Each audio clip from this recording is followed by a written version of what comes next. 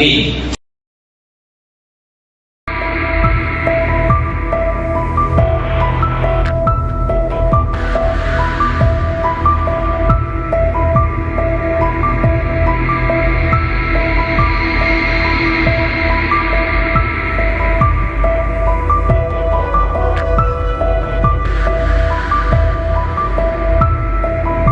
Tim kuasa hukum Yosep di kasus Subang, mengajukan perlawanan terhadap dakwaan jaksa penuntut umum yang sudah membacakan dakwaannya pada pekan lalu, dalam sidang di Pengadilan Negeri Subang pada Kamis, 4 April 2024, digelar sidang eksepsi. Yosep dihadirkan dalam persidangan tersebut. Dalam eksepsinya, mereka mengorek kesalahan-kesalahan administrasi seperti penulisan hingga teknik penyusunan dakwaan yang disusun jaksa. Rohman Hidayat, pengacara Yosep, mengatakan, pihaknya sudah menemukan keteledoran jaksa dalam menyusun dakwaan. Kelemahan itu yang dia ajukan sebagai eksepsi terhadap dakwaan jaksa, yang mendakwa Yosep dengan pasal 340 tentang pembunuhan berencana. Dakwaan primer dengan yang subsidiar itu copy paste. Seharusnya kan tidak boleh. Surat edaran Jaksa Agung B108 tahun 2008 itu menjelaskan bahwa dakwaan itu tidak boleh copy paste. Dan yang ada dalam dakwaan jaksa kemarin itu antara dakwaan primer dengan dakwaan subsidiarnya itu dikopi, diuraikan hanya dikopi saja, tidak ada perbedaan. Padahal pasal yang didakwakan jelas berbeda, 340 dan 338. Sementara uraian peristiwa perkaranya hanya dikopi saja dari dakwaan primer ke dakwaan subsidiar. Makanya kita keberatan. Secara otomatis kalau dakwaan model seperti itu kami melihat secara teori, secara formal itu harus dibatalkan dakwaan model seperti itu. Jadi tidak ada perbedaan antara pasal 340 dan 338. Unsur-unsurnya, peristiwa-peristiwanya, rangkaiannya pun tidak dibedakan, dibuat, dikopi sedemikian rupa menjadi dakwaan primer dan subsidiar. Itu yang menjadi dasar kita menyampaikan eksepsi hari ini atau letak data. Itu. Jadi tuntutannya apa? Atas dakwaan kita meminta mudah-mudahan majelis hakim mempertimbangkan ini karena kita menilai formalitasnya dari surat dakwaan itu tidak lengkap secara formal. Cukup. Sidang kasus pembunuhan ibu dan anak yang menewaskan Tuti Suhartini dan Amalia Mustika Ratu, hari ini kembali digelar di Pengadilan Negeri Subang.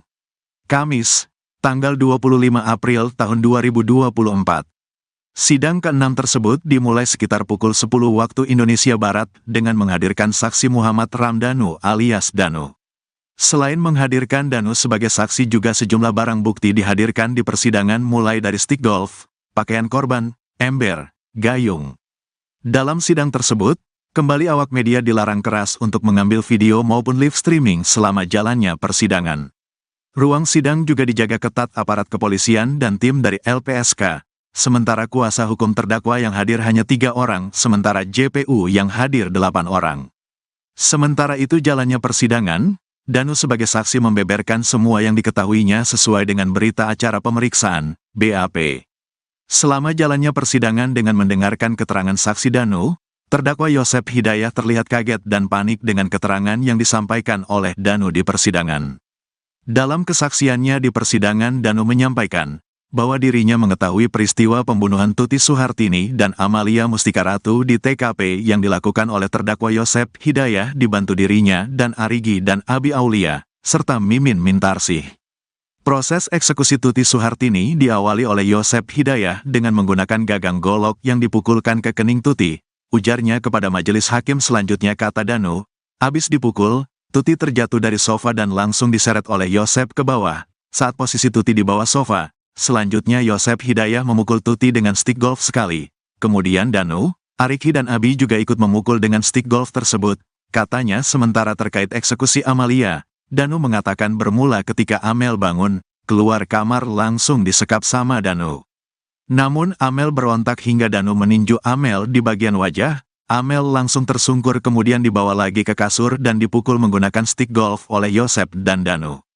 Setelah mukul Amel, saya langsung keluar kamar dan duduk di sofa ruang tamu. Selanjutnya Abi Aulia masuk dan langsung membenturkan kepala Amel ke dinding sebanyak 1 kali. Ungkapnya, selanjutnya kata Danu, Mimin datang masuk dari halaman samping masuk ke kamar mandi. Selanjutnya saya disuruh Yosep angkat Tuti bersama Abi, Arigi dan Yosep ke kamar mandi, dan di kamar mandi sudah ada Mimin, ucapnya setelah mengantar jenazah Tuti ke kamar mandi. Kemudian Yosep balik ke kamar untuk ambil jenazah Amel yang digotong sendiri oleh Yosep ke kamar mandi. Di kamar mandi, saya melihat Yosep mengguyurkan air ke Amel dan Mimin membuka baju Tuti Suhartini. Terangnya selanjutnya Danu juga mengaku melihat Arigi dan Abi masuk ke kamar Amel mengacak-acak kamar Amel. Tak hanya kamar Amel namun semua yang ada di rumah diacak-acak, ucap Danu. Setelah itu, Danu juga mengaku dirinya bersama Arigi, Abi dan Yosep menggotong mayat Tuti dari kamar mandi ke mobil Alphard. Saya Arigi, Abi, Yosep menggotong Tuti ke mobil Alphard. Kemudian setelah itu, Yosep langsung kamar mandi untuk menggotong Amel sendiri lewat pintu depan rumah. Tuturnya saat ini sidang kasus pembunuhan Tuti Suhartini dan Amalia Mustika dengan saksi Danu saat ini masih berlangsung. Rencananya tak hanya Danu yang hadir namun ada 6 saksi lainnya yang akan dihadirkan di persidangan, salah satunya Yoris Raja Amanullah, anak dari korban dan juga terdakwa. Kasus pembunuhan ibu dan anak di Subang yang menimpa Tuti Suhartini dan Amalia Mustika Ratu mulai disidangkan, Kamis, 28 Maret 2024. Peristiwa pembunuhan dalam kasus Subang itu sendiri dilakukan 18 Agustus 2021 silam. Dalam persidangan perdana itu, terungkap betapa kejinya Yosep Hidayah saat membunuh kedua korban. Yosep Hidayah benar-benar sadis karena kedua korban itu adalah istri dan anak kandungnya. Lebih sadis lagi jika melihat cara dia menghabisi Tuti dan Amel. Kejinya Yosep Hidayah saat menghabisi Tuti dan Amel itu terungkap dari kondisi kepala kedua korban yang rusak. Tengkorak baik milik Tuti maupun Amel pecah akibat hantaman benda tumpul, selain mengakibatkan tulang tengkorak remuk. Otak kedua korban juga hancur. Jaksa Penuntut Umum, JPU, Neva Sari Susanti yang membacakan surat dakwaan untuk terdakwa Yosep Hidayah. Neva juga membacakan hasil otopsi dan visum terhadap kedua korban akibat aksi keji Yosep Hidayah CS. Adapun berdasarkan hasil visum yang dilakukan oleh Fahmi Arif Hakim dari tim forensik di RS Sartika Asih Bandung terungkap bahwa Tuti mengalami luka parah pada bagian kepala akibat hantaman benda tumpul yakni golok dan stik golf, sebab kematian pada orang ini adalah akibat kekerasan tumpul pada daerah kepala yang mengakibatkan patah tulang tengkorak, memar otak dan hancurnya sebagian organ otak, kata jaksa. Begitu pula dengan Amel, hasil visum menunjukkan bahwa kematian Amel disebabkan luka parah yang diderita pada bagian kepala akibat hantaman benda tumpul. Sebab kematian pada orang ini adalah akibat kekerasan tumpul pada daerah kepala yang mengakibatkan patah tulang tengkorak, memar otak dan hancurnya sebagian organ otak, ujar jaksa.